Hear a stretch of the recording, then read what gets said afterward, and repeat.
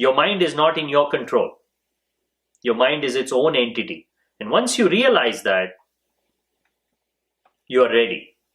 And then the teacher gives you the path. He says, there is a way to understand life. For the one who's wanting to know the secrets of life, there is no death. Death is for the unaware. Death is for those who are lost in the ebb and flow of life. Death is for the ignorant. The moment you have transformed yourself into a student,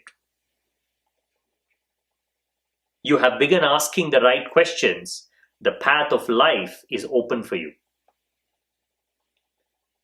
When will you get to that ultimate destination, to that ultimate understanding, is a matter of time, is a matter of your effort. That is something you need not be concerned about. You need not be worried about.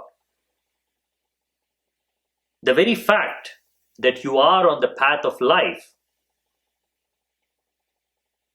is enough to know that you will transcend death sooner or later, as long as you don't give up, as long as you don't run back to your familiar life. As long as you're walking,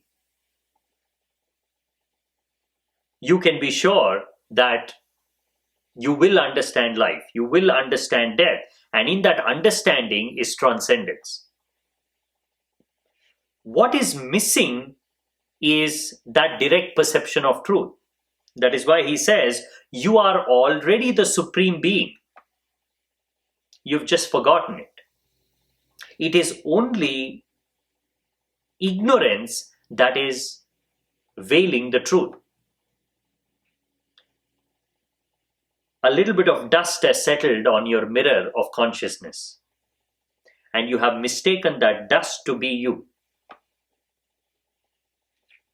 Behind that dust, the life that is illuminating that dust, the faculties through which you are even aware that you are, is a part of your supreme being.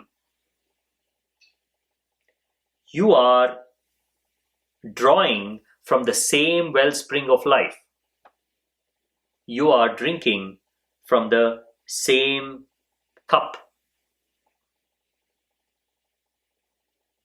of the Buddhas, because deep down you are a Buddha, you are an enlightened one. There is a part of you that knows nothing but enlightenment. It is already awake, it is blissfully glowing, and it's just waiting for you to realize it. There is a part of you that is not intermixed in your daily affairs. There is a part of you that isn't bothered about what's happening to your mind and body. Just the presence, just that aliveness, the purest part of you. Because you are attached to the mind, the ignorance of the mind has become your identity. What has to change is simply a shift in perspective, a shift in the way you look at life. And then eventually an experiential way of realizing this.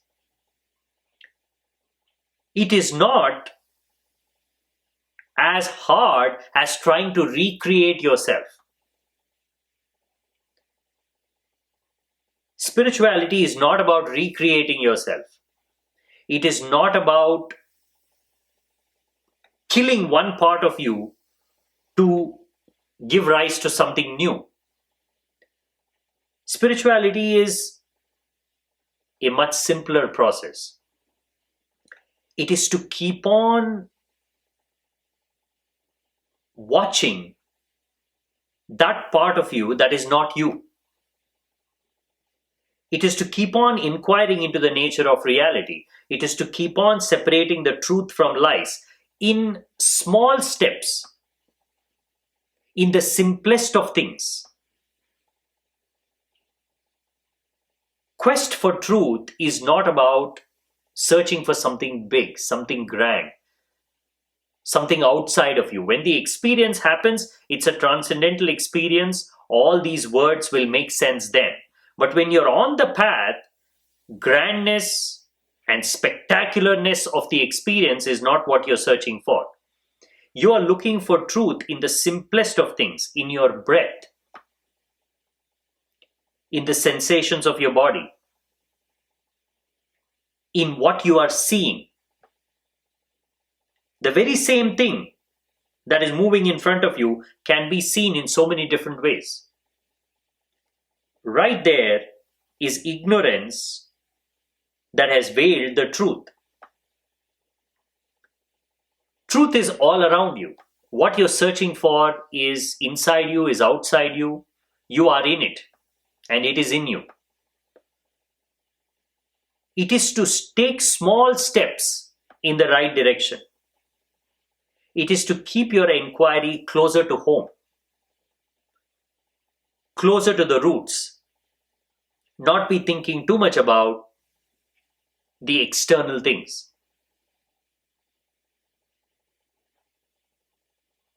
This is an ego-destroying process.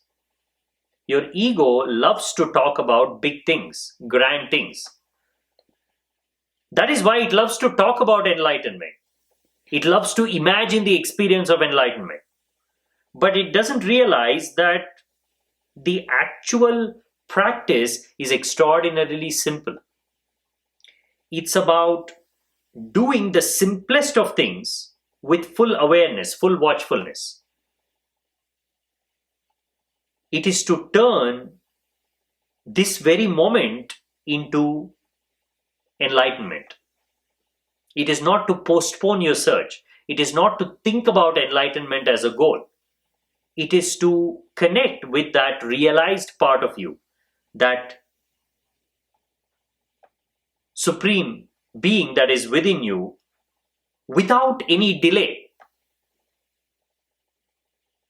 Because there is nothing separating you from that, except for your own belief that you are separated. The separation is just a matter of seeing. If you are already filled with preconceived notions of what life is, then that is what you are seeing. That is what your life is. That is why when you take the first steps to drop your accumulated knowledge and choose to become a student, you have already arrived. Rest of the journey is simply a continuation. Some things that are hidden from you, that has to be revealed to you, that get revealed on the course of your journey. Whether you want it or not, many things will happen on the path.